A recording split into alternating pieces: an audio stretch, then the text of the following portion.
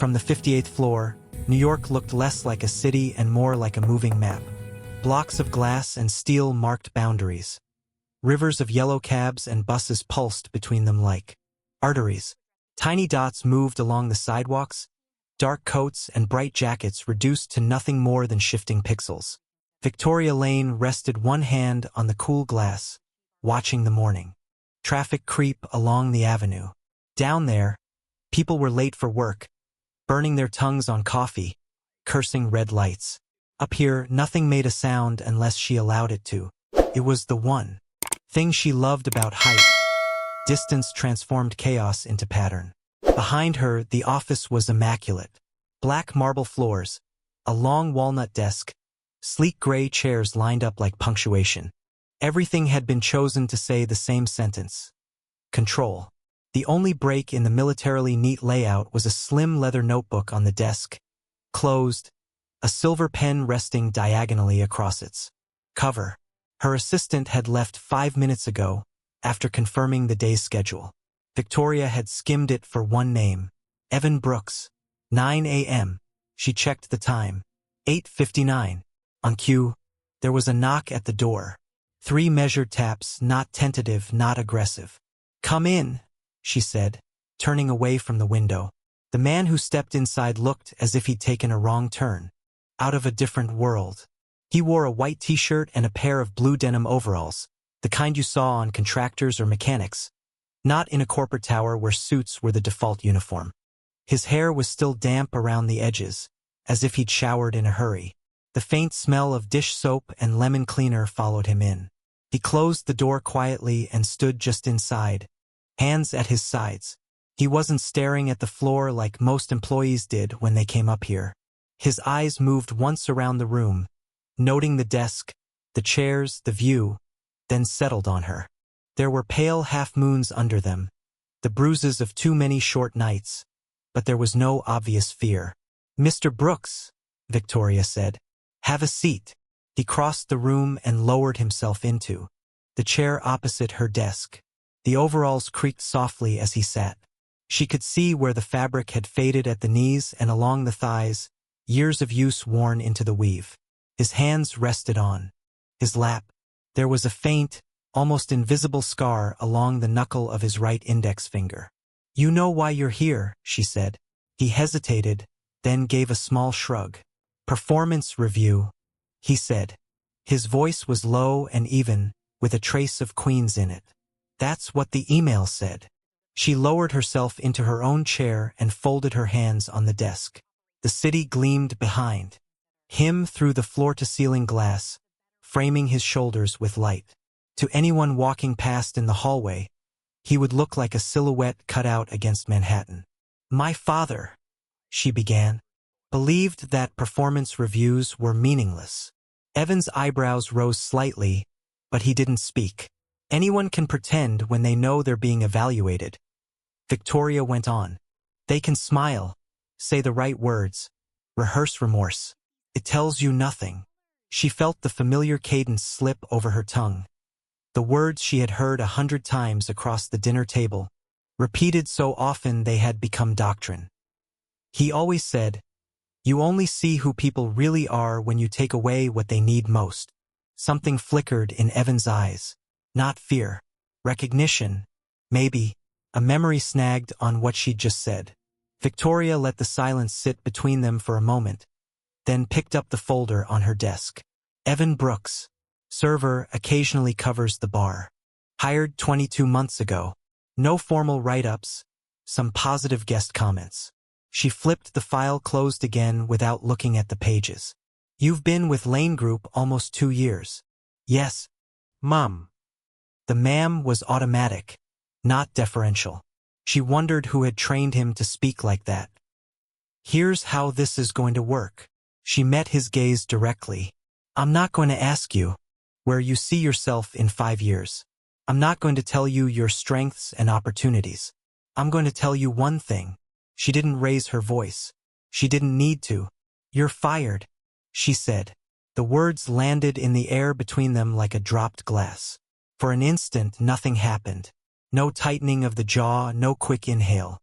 The only evidence that he'd heard her was a small shift in his posture, as though some invisible weight had slid from one shoulder to the other.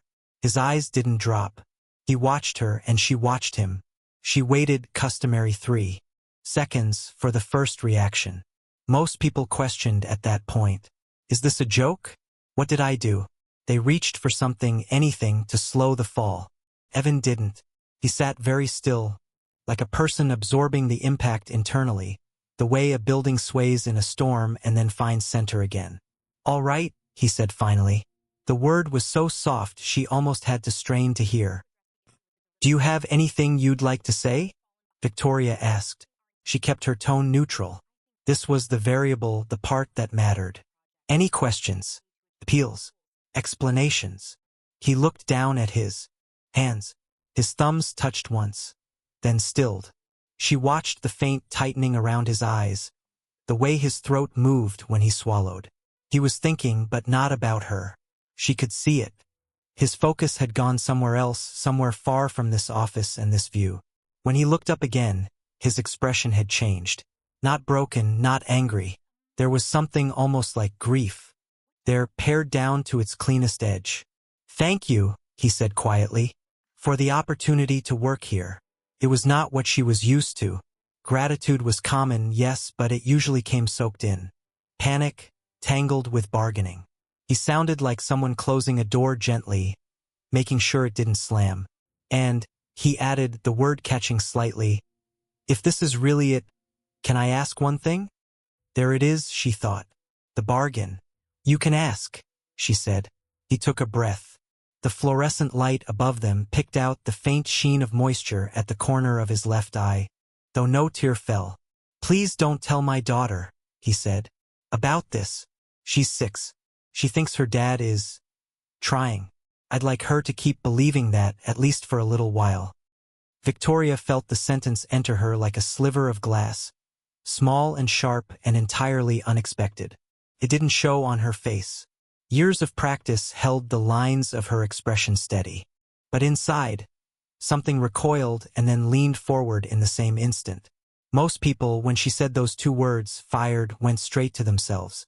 Their rent, their career, their reputation. Even the ones who mentioned family did it in terms of logistics. I have a mortgage. I have kids. I can't lose this. He had skipped over all of that and gone straight to a 6-year-old's belief. What's her name? She heard herself ask, before she could stop the question. He blinked, surprised. Lily. Lily. She pictured a little hand in his, the overalls, the damp hair. It was an image too specific, too close to something she did not examine often. Herself at 8, sitting at the end of a long table while her father explained revenue streams instead of reading her a story. Victoria inhaled slowly, let the air out through her nose. This is a test, she said. Her voice sounded different to her own ears now, less metallic. You're not actually being terminated. I wanted to see how you would respond under pressure. His face went blank for a heartbeat, confusion blurring the lines. Then something else moved in, something harder to name. Understanding. Disappointment. A thin, flat kind of anger. A test, he repeated. Yes, she said. An exercise my father used for years. It's effective. He stood up. Not abruptly, not in a show of temper. He rose as if his body had reached its limit for sitting in that chair. Well, he said, smoothing one hand down the front of his overalls, then I guess you got what you needed. She waited for the thanks, the relieved laugh, the promise to work even harder. The script she had seen a dozen times. Instead, he met her eyes one last time. Cruel test, Evan said quietly. No accusation in his tone. That somehow made it worse. He walked to the door, opened it, and stepped out into the corridor. The soft click as it closed behind him sounded louder than any slammed door. For a moment, Victoria stayed where she was, fingers curved loosely around the edge of the desk. The office was very still. The hum of the air conditioning, the faint tick of the clock on the wall, the distant thrum of elevators. All of it seemed far away. She rose and turned back to the window. New York sprawled beneath her, brilliant in the late morning light. Cabs inched along the avenues. A delivery truck squeezed into a too small loading zone. A cyclist cut recklessly between lanes. The same scene she had watched 100 times before. This time, the pattern wavered. When she tried to focus on the clean geometry of streets and rooftops, the picture refused to hold. It blurred at the edges, like a photograph taken with a hand that wouldn't stay steady. "Please don't tell my daughter." The words hung in the air, stubborn as smoke. For the first time in a very long time, Victoria wasn't entirely sure she liked the view from this height. Evan pushed open the door to apartment 4B with the quiet care of someone who knew the hinges would complain if rushed. The late afternoon light filtered through the thin curtains, turning the small living room the color of warm honey. It wasn't much. Peeling paint above the heater, a sagging couch, a folding table doubling as a dining area. But it was theirs. And for now, that was enough. "Daddy!" The small voice came from the floor near the coffee table. Lily sat cross-legged on a blanket, crayons spread around her like fallen petals. She looked up, brown eyes bright, a blob of blue marker smudged on her cheek. "You're home early," she said. "Yeah," Evan answered softly, forcing a smile as he set his keys down. "Slow day." It wasn't a lie, not exactly. It also wasn't the truth. But he didn't want the truth in her world tonight. He crouched down and kissed the top of her head. Her hair smelled faintly of apple shampoo. She held up her drawing, a tall figure in blue overalls, holding hands with a stick-figure child. "That's us," she declared proudly. "It's perfect," he said, and it was. Somehow, in that simple picture, she had drawn the one thing he feared losing. He glanced around the room as she colored again. The signs of their life together were everywhere. Her tiny sneakers abandoned by the doorway, the empty lunch container waiting to be washed, bills pinned to the fridge with magnets shaped like fruit. 2 overdue notices peeked from beneath a grocery list. He looked away before Lily saw his eyes tighten. "Want dinner soon?" he asked. "After I finish the sky," she said. "I'm making it purple today." "Purple sky," he echoed. "Bold choice." She grinned. "It's more fun that way." He rose and walked into the narrow kitchen. The hum of the refrigerator sounded louder today, its shelves more bare than usual. He pulled out pasta, canned sauce, the last 2 meatballs he'd been saving. "Stretch it," he told himself. "Make it work." Behind him, Lily hummed a tune from her school play. For a moment, the warmth of it eased the cold knot in his stomach. But then, as he stirred the sauce, the scene from the morning replayed. Victoria Lane, her expression carved from ice, her voice steady as she said, "You're fired." The test, the reveal, and then the worst of it, his own voice betraying more vulnerability than he wished anyone, especially her, had seen. "Please don't tell my daughter." He closed his eyes briefly. He'd meant it, every word. But now he wondered if he'd given away something he couldn't pull back. In the living room, Lily called out, "Daddy, look!" He turned, smile ready. But his eyes were tired, and she saw that more than she ever should have. Across the river, in the polished calm of Lane Group Tower, the air was colder. Victoria sat behind her desk, one hand resting lightly on her mouse as she replayed the footage. The security camera angle wasn't flattering, wide, slightly distorted, but it captured everything. Evan sitting across from her, still and composed, her delivering the sentence, his quiet, careful strength. And that moment, "Please don't tell my daughter," the slight tremor in his voice, the shield he'd lowered not out of desperation but out of love. She felt her chest tighten, though she didn't have a name for the feeling. She dragged the cursor back to the start and watched again. And again. It wasn't the obvious reactions she had expected. Anger, panic, pleading, that held her attention. It was the silence. His silence. A kind of dignity she couldn't remember seeing before. She leaned back slowly, the leather of her chair creaking. The room was dim except for the faint glow of her desk lamp. The skyline blinked in, blues and whites beyond the glass, while her reflection, sharp shoulders, pale face, hovered faintly over the city like a ghost. A soft ping broke the quiet. She glanced at the upper corner of her monitor. Internal activity notification. Footage 58 LG review 01 accessed by multiple users. Her brows knit. How? She always marked these files private. She clicked deeper into the panel and felt her stomach drop. Not with panic, but with a cold, unwelcome shift of awareness. The file had been left in a non-restricted folder. The system defaulted back after the last update. She hadn't noticed. And now more eyes had seen the footage than she intended. Far more. Someone had even downloaded it. Her jaw tightened. It was the first misstep she'd made in months. She could hear her father's voice. Already, carelessness is the first crack in the armor. She shut the window abruptly and stood, pacing to the glass. The city lights reflected against her blazer, splitting her image into fragments. In that fractured reflection, she saw something that unsettled her. The memory of Evan's voice, steady even in fear. Back in Queens, dinner was finished and dishes stood drying beside the sink. Lily lay on the couch wrapped in her blanket while Evan read a story aloud. His voice softened at the parts she loved most.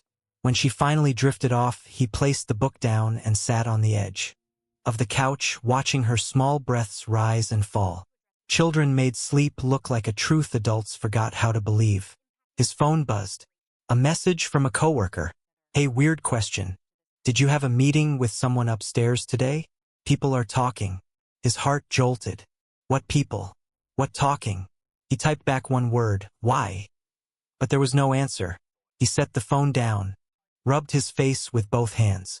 He didn't know what scared him more. Losing the job he barely held on to, or Lily sensing that fear. He leaned back and exhaled slowly, the ceiling mottled with the reflection of the street lamp outside. A train rumbled in the distance, its vibration rolling across the tracks and into the bones of the building. Queens sounded alive at night. Honking cars, distant conversations, and occasional dog barking.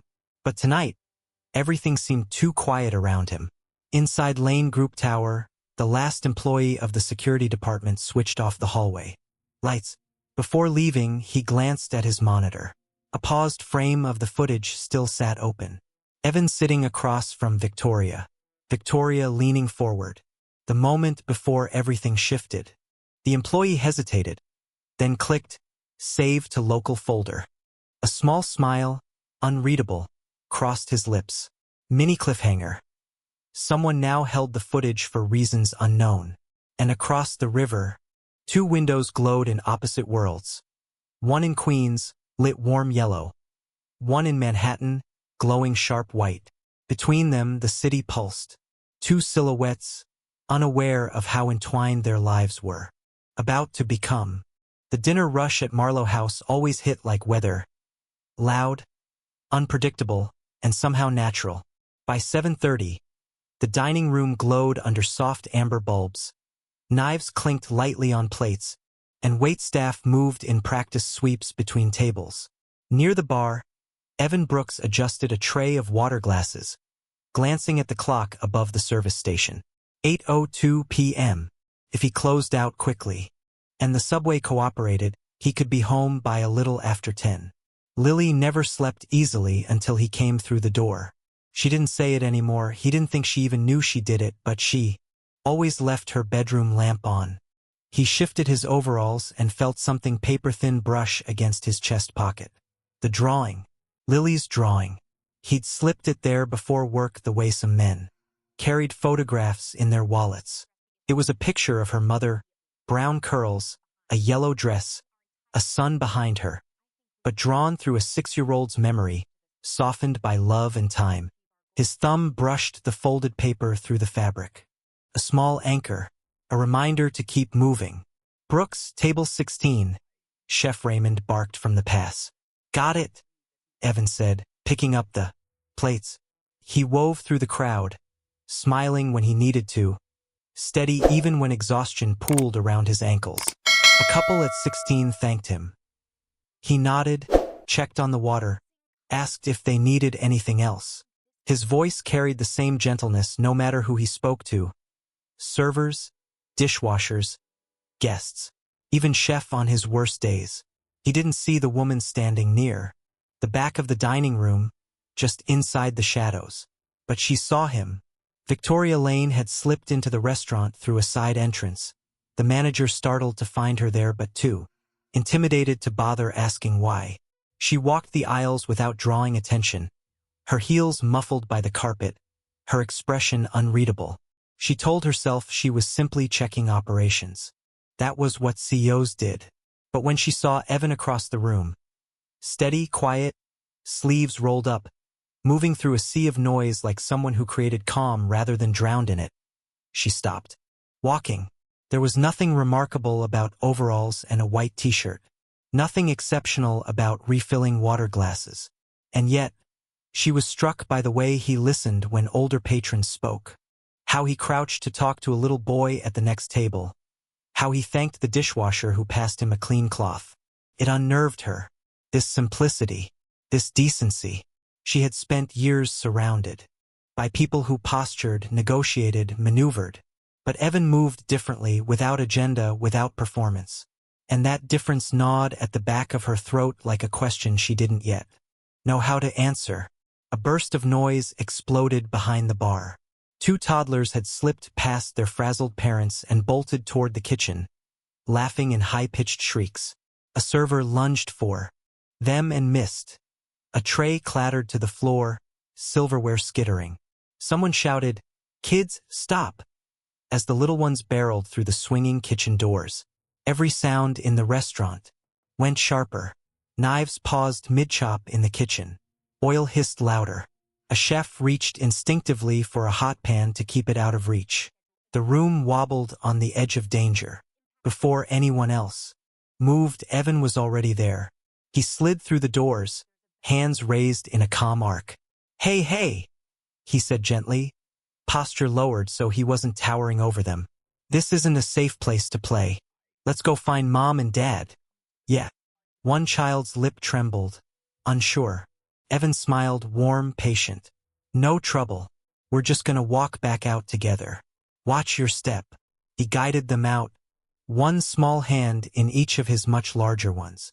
Their parents apologized profusely. Evan shook his head.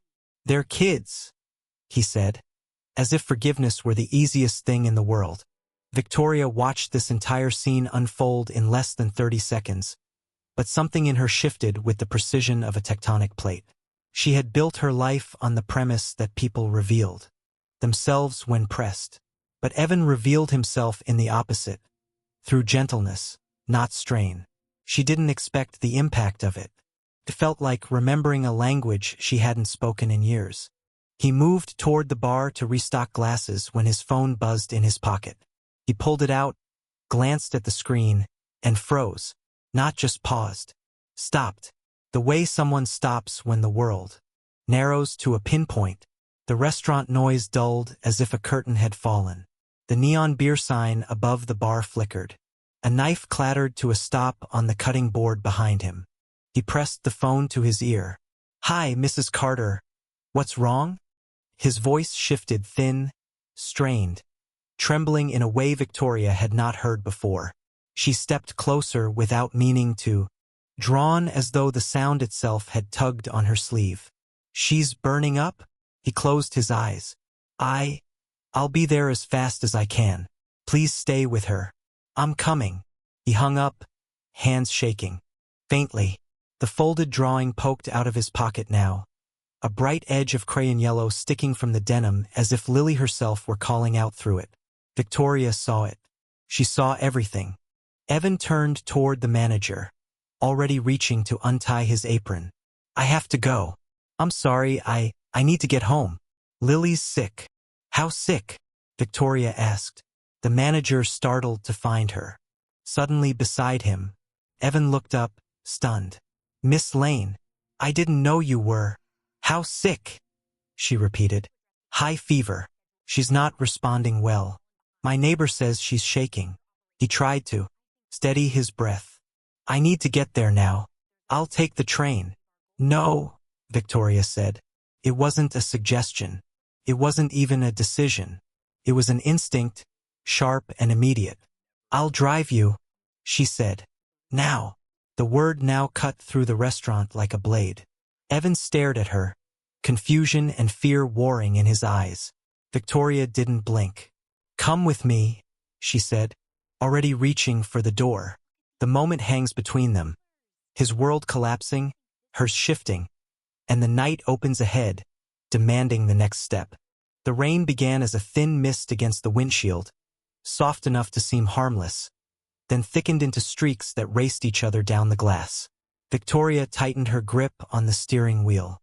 As she merged onto the expressway, the city blurred into silhouettes, bridges, traffic lights, the glimmering spine of Manhattan folding into darkness.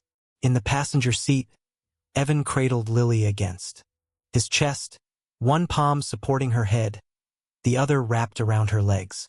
Her fever had turned her cheeks blotchy and pink, her breathing rapid and shallow. She whimpered once, trying to curl closer. "I've got you," Evan whispered, voice cracking. "Daddy's here." Victoria kept her eyes on the road, but the sound of those words lodged itself between her ribs like something warm and unfamiliar. Rain hammered louder on the roof.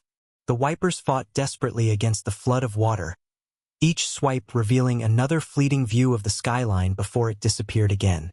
"How far?" Evan asked, barely lifting his head. 12 minutes.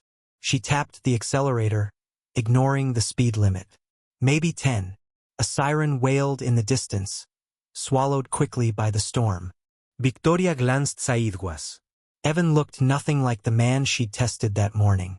His overalls were damp from the rain, his white t-shirt smudged where Lily's flushed face pressed into it. He rocked her gently, the motion instinctive, steady, ancient. Most men Victoria knew measured their lives in stock prices, bonuses, mergers. Evan measured his in breaths, his daughters. The light ahead turned yellow. Victoria accelerated through it, breath tight, determined not to stop. Thunder rumbled like an engine across the sky. The city felt smaller in the storm, more truthful. "She's burning up," Evan murmured, pressing his cheek to Lily's hair. "She never gets this hot this fast." Victoria heard the tremble he tried to hide. "We're almost there." When they pulled into the ER drive, attendants rushed forward. Evan stepped out with Lily in his arms as though she were made of glass. Victoria followed, the rain immediately soaking through her coat. For a moment, they stood side by side under the buzzing white canopy, watching nurses sweep Lily into a triage room. Inside, the harsh fluorescent lights shocked the color from everything: walls, faces, hope. Machines beeped with unsteady rhythm. A nurse pressed a thermometer to Lily's ear. Another checked her pulse. Another clipped an oximeter to her finger. Evan stood frozen. All motion drained from him except the way his hands flexed helplessly at his sides. Victoria glanced at him and felt a strange ache, an uninvited awareness of how deeply he loved this child. She had seen fear in boardrooms, in negotiations, in men twice Evan's size. None of it compared to this. A father trying to stand upright inside a storm he could not control. "She's stable for now," a nurse said. "High fever, but responding to fluids. We'll keep her for observation." Evan nodded, but his eyes didn't move from Lily. When they were finally guided to a quiet stretch of hallway, Evan sank onto a bench, elbows on his knees. The storm outside echoed through the glass windows, raindrops trickling like silver threads. After a long silence, he reached into his pocket and pulled out the small drawing. Lily's picture of her mother. A woman in a yellow dress, curly hair, a son behind her. Childlike lines, but drawn with reverence. "My wife used to sit on the floor and paint with her," he said quietly. "No matter how tired she was. Lily remembers her better than I expected. Or maybe she remembers the feeling, not the details." Victoria sat down beside him, leaving a respectful space between them. "She looks happy in the drawing." "She was," Evan said, "the kind of happy that makes you think you've figured life out." His breath shook once. "But then she got sick, and I realized I hadn't figured anything out." Victoria didn't offer a platitude. She knew better. Grief was not a wound that wanted bandages. He tucked the drawing carefully back into his pocket. "You kept it with you at work," she said. "Every shift," he replied. "It reminds me that Lily had a mother who loved her, that she deserves that kind of love every day." Victoria stared at her hands. She felt a tug in her chest. Sharp, personal, unwelcome. "I write," she said suddenly. Evan looked at her, confused. "You write a journal," she clarified. "Not for business. Not for analysis. Just feelings." She almost winced at the word. "I've done it since college. It's the only place I don't have to be." She gestured vaguely. "This? The CEO?" he asked gently. "The person who never breaks," she said. He nodded, not judging, just seeing. The hallway felt suspended in a pocket of stillness. Rain at the windows, fluorescent hum, the soft beep of Lily's monitor behind the door. "You don't have to be unbreakable," Evan said. "Not all the time." Victoria didn't look at him, but something in her eased, just barely, like a knot beginning to loosen. They sat in silence again, not awkward this time, just human. Two people who had collided in the middle of a night neither had planned for. Her phone buzzed. A message. She glanced down and felt the blood drain from her face. "A video of you and the child is circulating internally." Her pulse spiked. The fluorescent light above her flickered, casting her reflection in a jittery stutter across the window. She didn't notice the rain. She didn't notice the thunder. All she noticed was the viper of scandal sliding quietly out of the dark. Victoria rises from the bench, the glow of her phone sharp against her face. The hallway suddenly colder than the storm outside. The email arrived just after sunrise, landing in Victoria's inbox with the quiet brutality of a verdict. "Video circulating. Damage control needed. Emergency board meeting in 30 minutes.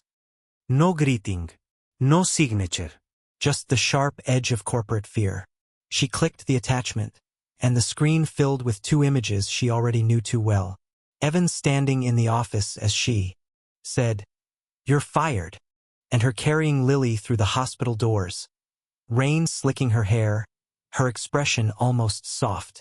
Both clips stitched together, stripped of context, crafted to tell a story she'd never meant to write. Behind the videos was a timestamp from the internal archive. Someone inside wanted this. She didn't have time to feel the sting. She grabbed her coat, ignoring how her reflection in the glass wall looked strangely fractured, like the storm from last night had followed her.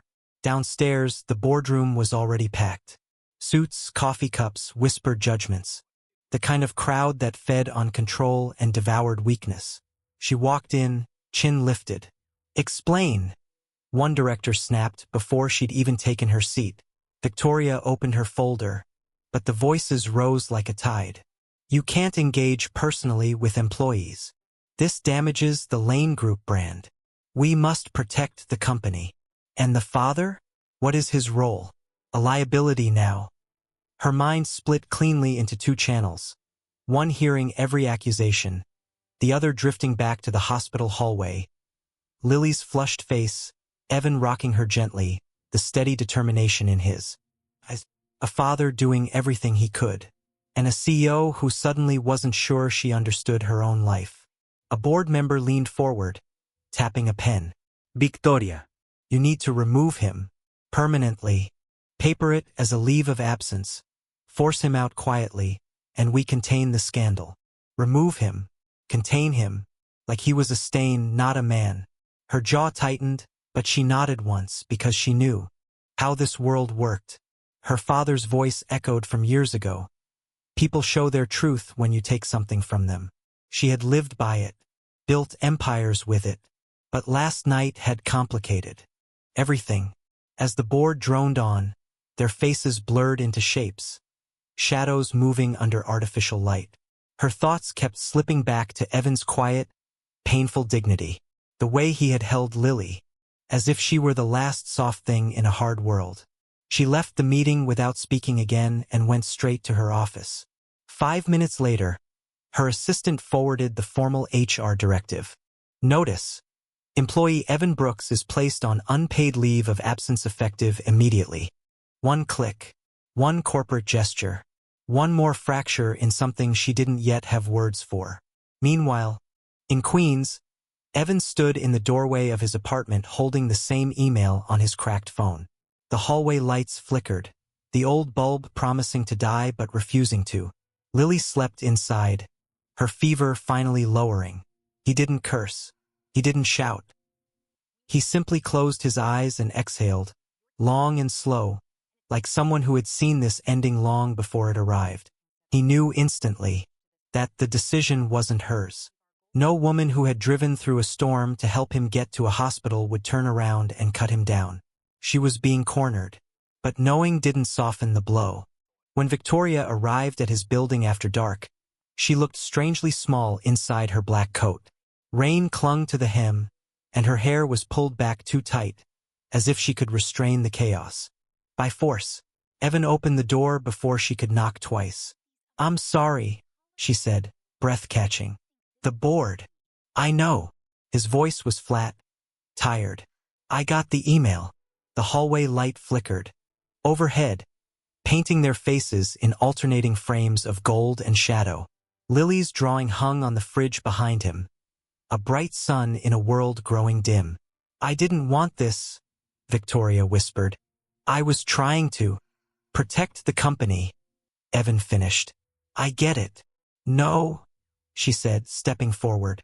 "I was trying to protect you. And Lily. I thought if I complied." He shook his head. "You don't have to protect me, Victoria. You don't even know me." Her throat tightened. "I want to. I'm trying." The flickering bulb hummed, throwing a sharp white blink across Evan's face. His hand drifted unconsciously to the picture of Lily's mother tucked into his pocket, gripping it like a lifeline. "You tested me," he said quietly. "Day one. You wanted to see who I was." His eyes lifted, meeting hers with a heaviness she had never earned. "But now," he swallowed, the words scraping out. "Now I know who you are." It landed like a stone breaking glass. Her breath caught. The hallway fell completely silent for a moment. No flicker, no hum. Just two people standing in the ruins of their choices. Victoria didn't move. Couldn't. Evan closed the door. Slowly, gently, as if not to wake the child sleeping behind him. The lock clicked once, soft but final. Victoria stood alone in the dim hallway, the flickering light stuttering above her, showing her in fragments, CEO, daughter, woman, none of them whole. Victoria tried to move through the next morning as if nothing inside her had cracked open. She arrived at Lane Group before the sun had fully climbed the skyline, heels tapping a familiar rhythm. Across the polished floors, the executive suite on the 58th floor welcomed her with its usual silence. Clean lines, cold glass. The city sprawled beneath like a grid she controlled. But today, the room felt hollow. She hung her coat, opened her laptop, reviewed numbers, checked projections, motions her body knew by muscle memory. Yet every few minutes, her eyes drifted to the leather-bound journal tucked beneath a stack of reports. Her father had given her that journal when she was 18. A leader writes her truths privately and buries her doubts there. She had followed the rule, without questioning it. Now something compelled her to take it out. She opened to a random page. Tight handwriting, bullet points, clipped emotions. Apologies she never spoke. Fears she never named. Pages disciplined into submission. Halfway down one entry, she paused. "I test people to protect myself. Not the company. Myself." The sentence chilled her. It was from years ago, but it read like she had written it this morning. She flipped another page. "I am becoming a perfect replica of him." Her breath caught. The journal sat heavy in her hands, an artifact of the person she had built to survive. A person who wielded control like a shield. A person who would fire a man and call it a test. A person who would lose him because she didn't understand the cost. She closed the journal, gently as if it were something fragile. Then she stood. By late afternoon, She found herself walking through the dim stairwell of an aging Queen's apartment building. The walls smelled of old paint and fried onions. Children's laughter echoed faintly from somewhere down the hall. She hesitated at Evan's door. The last time she had stood here, he had closed it between them. Her hand lifted, slowly, knuckles brushing wood before she finally knocked. The door opened after a long moment. Evan stood there in his worn white t-shirt and denim overalls, sleeves rolled to his elbows. His hair was slightly damp, as if he'd just washed up after work. Behind him, the apartment glowed with a soft amber warmth, the kind of light that came from a single cheap lamp trying its best. He didn't look angry. He didn't look forgiving either, just tired. "Victoria," he said, "I know I shouldn't be here unannounced, but may I come in?" He held her gaze a beat too long before stepping aside. The apartment was small, barely enough space for the table, the couch, and Lily's scattered crayons. A pot simmered on the stove, filling the air with the familiar scent of weeknight meals made. On a budget, it was the opposite of the world she lived in, and suddenly she preferred it. "I owe you an apology," she began, voice trembling despite her effort to steady it. "Not the business kind. The real kind." Evan leaned against the counter, arms folded, not defensive, just waiting. "I hurt you," she continued, "not just with the test, with the silence, with the way I let others decide what you were worth." He looked down at the floor, jaw tightening. "I've spent my whole life believing that strength meant coldness," she said. "My father taught me that vulnerability is a liability. Empathy is a crack. I didn't question him. I became a mirror of him." Her throat tightened. "But last night, I realized something. A child doesn't see weaknesses. They see people. And Lily, she didn't hesitate to trust me, even when you shouldn't have." Evan swallowed, but he didn't interrupt. Victoria reached into her bag and placed a folder on the table. "This isn't pity," she said, softly. "It's recognition. You deserve more than the job you were handed. I want you to lead the entire service operations team. Better hours, better pay, and no one can take it away from you this time." Evan blinked, thrown. "A promotion." "You've earned it," she whispered. "You've earned far more than I ever gave you." Before he could answer, a small burst of footsteps pattered down the hallway. Lily appeared with her hair in soft disarray and a crayon still in hand. When she saw Victoria, her face lit with pure, uncomplicated joy. Without hesitation, she ran forward and wrapped her arms around Victoria's waist. Victoria froze only for a second before kneeling to hug her back. Lily smelled of shampoo and toast crumbs. A tiny sun in a dim apartment. "Look," Lily said, pulling a folded paper from behind her back. A drawing, bright colors, uneven lines, showed 3 figures. Lily, her father, and a tall woman with blonde hair standing between them like a shield. "You made me a hero," Victoria whispered. Lily nodded proudly. Evan watched the scene, something softening in his expression. Something he had been guarding for too long. Victoria stood, unsure how to step back into the conversation. Unsure what she was allowed to hope for. Evan broke the silence first. "I don't know if I can trust you," he said honestly. "Not yet." She nodded, accepting it. "But," he continued, eyes lifting to hers, "maybe we can start with this. A beginning. Not forgiveness, not certainty, just a door cracked open." Victoria felt the warmth of the apartment settle around her like a fragile promise. The first she hadn't run from in years. 3 months later, the rooftop garden was no longer scaffolding and sketches pinned to conference walls. It was alive. Real sunlight spilled across raised planters, soft patches of grass, and benches built from reclaimed wood. Wind bells chimed faintly from the railings, catching the late afternoon breeze. Children of employees raced between rows of lavender and marigold, their laughter rising above the city like a song the skyscrapers had been waiting to hear. Lily ran ahead of them all. Her shoes pattered lightly across the stone path, arms stretched out as if she were balancing on a beam only she could see. She stopped beside a cluster of sunflowers and turned to wave at Evan and Victoria. "Look, they're taller than me." Her voice carried on the wind, bright as glass catching sunlight. Evan smiled wide, unguarded, and lifted a hand in return. He wore his usual denim overalls, though now they held a badge clipped to the chest pocket. Director of Service Operations. An official title for work he had done long before anyone noticed. Victoria stood beside him, her hands loosely folded in front of her, hair pulled back by the breeze. She looked different than she had 3 months ago. Less armor, less angles, as if the rooftop had softened something inside her. "You did all this?"